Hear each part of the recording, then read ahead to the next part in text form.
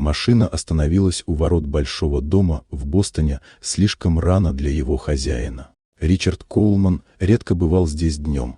Его жизнь состояла из перелетов, сделок и бесконечных встреч, а дом давно превратился в формальное убежище для ночевок. Сорвавшееся совещание заставило его заехать за документами без предупреждения персонала. Внутри он сразу почувствовал, что пространство больше не пусто.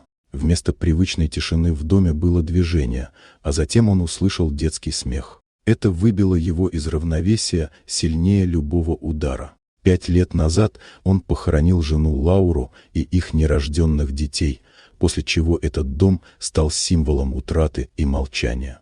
В столовой за длинным столом сидели 4 мальчиков, поразительно похожих друг на друга. Они ели простую еду медленно и аккуратно, будто знали цену каждому кусочку. Рядом находилась молодая служанка Эмма, которую Ричард раньше почти не замечал. В ее движениях была тревожная забота, словно она защищала детей самим своим присутствием.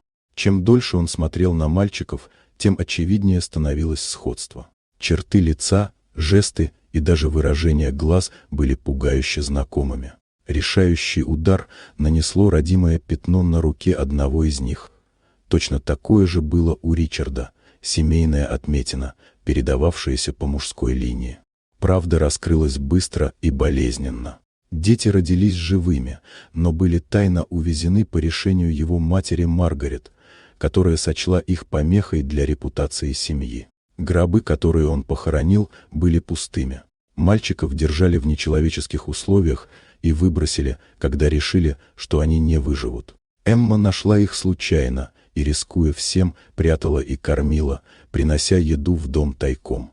Когда Маргарет появилась в дверях и поняла, что тайна раскрыта, Ричард окончательно сделал выбор. Он выгнал мать из дома, впервые осознанно разорвав связь с прошлой ложью и страхом. В тот день особняк в Бостоне перестал быть холодным символом потери. В нем появились дети, ради которых стоило жить, и женщина, которая их спасла. Дом впервые за много лет стал настоящим домом.